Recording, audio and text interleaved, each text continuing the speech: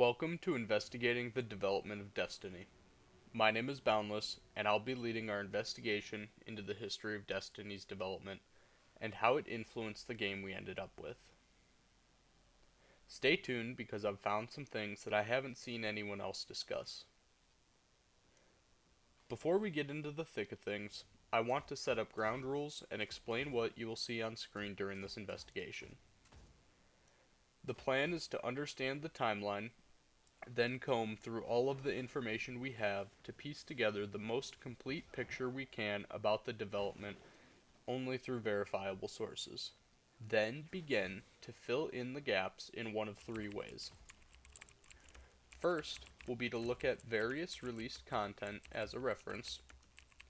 Second will be to cross-reference unverifiable leaks to see what fits. And third, we'll be adding in clearly marked speculation of our own. First off, all findings will be recorded in a Google Doc and organized based on the phase of development that we'll discuss later, and color-coded based on certainty. Here's the key. Confirmed information will be written in black. Unverified information will be written in red. This is also where leaks will go. Our own speculation and theory will be written in purple. And finally, extrapolated information based on what we got in release will be written in blue.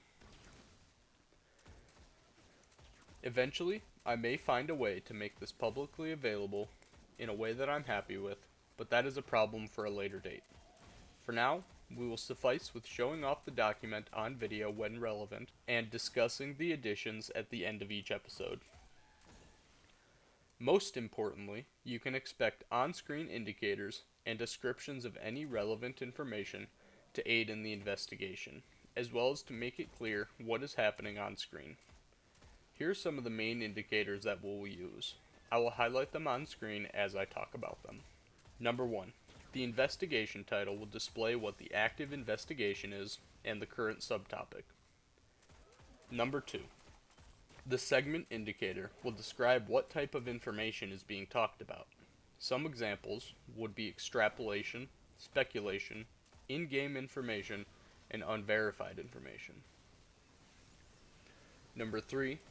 The video module will display relevant sections of gameplay and also any tools I may be using to research. If it is the focus, I will make it known. The user details section will display information on the source of the footage being shown. If there are ever any updates to the investigation system that are helpful, I will make sure to point them out. Also, all sources for any information will be listed in the description. To recap, all information will be recorded and color-coded based on certainty. I'll be using various tools to conduct the investigation, and we'll have various indicators on screen to aid us. With that out of the way, let's get started. For our inaugural episode, we'll be exploring the circumstances and phases of the early development of Destiny to the best of our abilities, specifically looking at interviews and developer statements. This will not include an extensive explanation of Bungie's history, as I want the focus to be kept on Destiny. June of 2000, Bungie was acquired by Microsoft, where they would release Halo Combat Evolved, Halo 2, and Halo 3. After the release of Halo 3 in 2007, Bungie began seriously crafting their future. 3 teams were put together to begin working on their own projects and upgrading a copy of the Halo 3 BLAM engine. These teams were Recon, Reach, and Tiger. The Recon team would make upgrades to their copy of the engine and release Halo 3 ODST in 2009, which also contained a small teaser for the Tiger project in the form of a poster in the streets of New Mombasa, shown on screen now. And with the completion of their task, they were folded into the Reach team, which had made their own changes to the BLAM engine and put out Halo Reach in 2010, which also had a teaser for Tiger, this time in a multiplayer map, again shown on screen. Bungie would then part ways with Microsoft and also sign a contract with Activision Blizzard. While this was all happening, the third team was hard at work in the background. To explain the team working on Tiger, we have to take a step back first. It is generally regarded that the idea that would become Destiny started after Halo 3 in 2007. But I've found an interview from IGN in July of 2013 where Bungie co-founder Jason Jones says otherwise. The question was, word in the industry has always been that Jones retreated from the core Bungie team after Halo 2 in order to start preliminary work on the project that would turn out to be Destiny. He answers. He clarifies saying that this is mostly true, other than having been heavily involved in the last 3 months of Halo 3 in order to button it up and get it out the door. This seems to be the very beginning of the Destiny life cycle. For now, I will call this period Proto-Destiny. Shortly after Halo 2 was shipped in 2004, appears to be the point in time Destiny began its life cycle. During the same interview, Jason Jones stated that he took some much needed vacation right after Halo 2 was released, which leads me to believe Proto-Destiny was just an idea scratched into some paper that was being worked on mainly just by Jason at this time. This is also supported by the information from the Marty O'Donnell interview on YouTube with the Act Man in the video The Dark History of Bungie, where he says, this allowed Jason Jones to be on Microsoft's salary while working on the next big thing. So Jason started working on the next big thing during the development of Halo 3, and so that's the beginning of Jason thinking about Destiny. For those of you who don't know, game development is almost never a straight path from point A to B. There will always be cut content, changed ideas, countless iterations, and more. Going back to the IGN interview from before, there was also another question asked that I believe takes Proto-Destiny slightly farther forward. Interviewer. Perhaps I'm just being ignorant to the realities of game development, but I wonder what exactly he's been doing for all these years.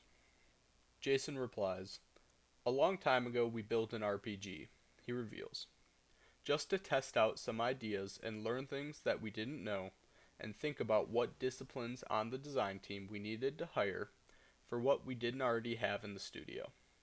We built a number of little games, they were pretty fun.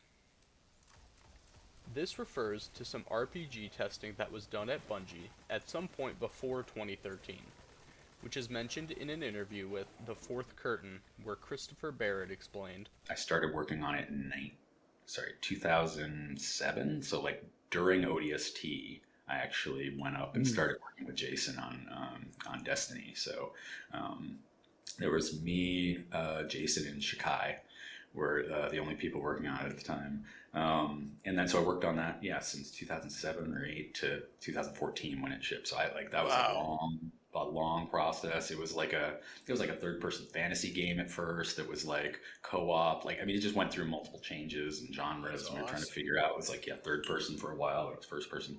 It was amazing to work on. So this explains that Jason, Shikai Wang, and Christopher Barrett were the first 3 working on the project. And at that point, Proto-Destiny was going through changes in finding itself as an RPG. The next point on our Destiny timeline comes from Jaime Griessemer, who is lead gameplay designer on the Halo games. He had become fed up with just making more Halo and wanted to work with something new. Even at one point, he thought he should leave because he did not have any more ideas for Halo. In order to keep him working with Bungie, Jason Jones had him come to help work with the Destiny team. This now made 4 main developers and a group of engineers, per Jaime. Jaime described a period of time during this stage where he would be constantly getting new builds of the game coming across his desk. This seems to be our same reference point that both Christopher Barrett and Jason Jones were referring to. As development continued, according to statements made by Jaime, recorded in the book Blood, Sweat, and Pixels by Jason Schrier, Amazon link in the description below, there were at least 2 different visions for the game, his and Jason Jones. He wanted to create a third-person fantasy game, which he was calling Dragon's Tavern, and Jason wanted to create an evolution of first-person shooters that had a non-linear story. Studio leadership decided everyone would make Jason's project and take the best elements of Jaime's Dragon's Tavern idea. There were many unanswered questions about what the game would be at this time. This is where the next phase of Destiny development seems to come into play. This next time period in the Destiny development is known as the Staten Cut, named after the lead writer at the time, Joseph Staten. This is the period of Destiny's development that we know the most about, save for the vanilla release. After his part in working on Halo 3 ODST was over, Joe Staten joined the team working on Proto Destiny. I don't believe there is any concrete answer on when he joined the team, but I think it is safe to assume it was between 2008 and 2009. This part of the development doesn't really have much concrete evidence, so we will have to mostly rely on what we can scrounge up in-game and from the few sources we do currently have. The largest source of information for the Staten Cut is the GDC talk by Christopher Barrett and Joe Staten in March of 2013. This is the phase of development where Destiny moved from its fantasy roots into a mix of sci-fi and fantasy that they began calling mythic science fiction. From what is known, a large majority of what would eventually become the Destiny experience we got would either begin to take shape here, or what was figured out would be expanded upon. As Halo Reach was released in 2010, and the members of that team merged with the Tiger team, Destiny started veering off towards the direction of Halo. At any point it could be different. This is stated by Jaime Griessemer in both the T-Posers podcast and Blood, Sweat, and Tears. Jaime was unhappy with this, and it was one of the reasons he ultimately parted ways with Bungie. In addition to the unanswered questions about many of the largest portions of the game. I won't go over those right now, but I think it would be an interesting discussion in the future. Some of the elements that were figured out would be a large hive raid that would be cut into multiple different experiences we eventually got, the European Dead Zone, and Rasputin's greater involvement. Also coming from various sources across ex-Bungie members, and directly accessible information, including the GDC talk from Joe Staten and Christopher Barrett, and the Luke Smith We Have Cool Friends interview. I am especially excited to investigate this early raid and its connections further. Per the Martin O'Donnell interview on YouTube with the Eggman, Marty alludes the departure of Joe Staten, the main writer for the Halo games, as having not left on his own. I'm curious to know how many of the more senior members of Bungie left willingly or had to make it appear that they left willingly.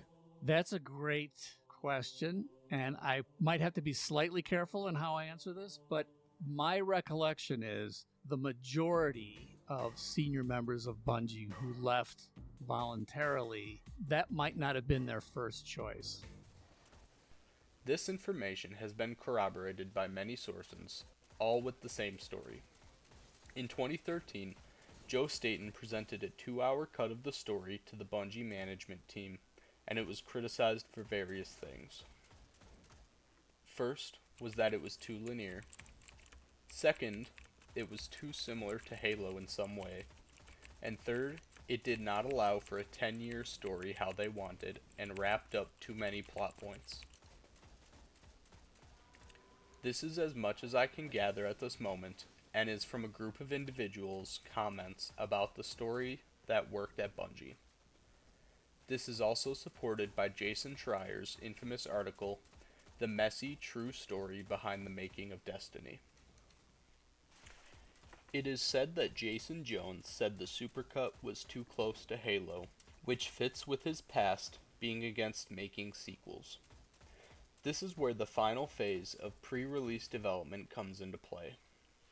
With the lead writer, Joseph Staten, departing the studio around that time, and the story needing to be reworked, Bungie had a problem to solve. To save what they were coming up with, Jason Jones put together a team of Bungie leaders and held meetings that he called the Iron Bar, that were going to rework the story into something that would be ready to release. This was also paired with a conversation with Activision to push Destiny back a second time from March of 2014 to its final release date of September 2014. As far as we know, the Iron Bar contained 7 people, of which I could find information on would be Jason Jones, Marty O'Donnell, Christopher Barrett, and Luke Smith. According to Schrier's article, the process took 2 weeks. The story would then also pass through a group known as the Blacksmiths for further refinement. Not much is known about that group. What we do have some scattered information on is about what happened to the supercut of the game. The story was chopped up, reconfigured, rewritten, and stitched back together as either grimoire cards or used as a loose framework for the new Iron Bar version of the story, which is what we would eventually get on release in 2014. This is also from various sources, including Marty O'Donnell, Luke Smith, and others in various forms. Many notable sections of the game would become DLC for Destiny, as well as being repurposed into locations for Destiny 2. But for now, I don't have time to explain what I don't have time to explain. In the next few episodes, I plan on starting by taking a closer look at these first-hand accounts and information sources, and going through them with a fine-toothed comb to begin to construct a framework for what we know about the different stages of development. I want to make it very known that this is an ongoing investigation, and we will get deeper into all of these topics individually over time. If there are any specific topics you think should be covered, feel free to let me know in the comments below. If you made it to the end and have any feedback on the editing, pacing, or anything else, please let me know. Thank you very much for watching, and I hope you stick around. Have a good day, and stay inspired.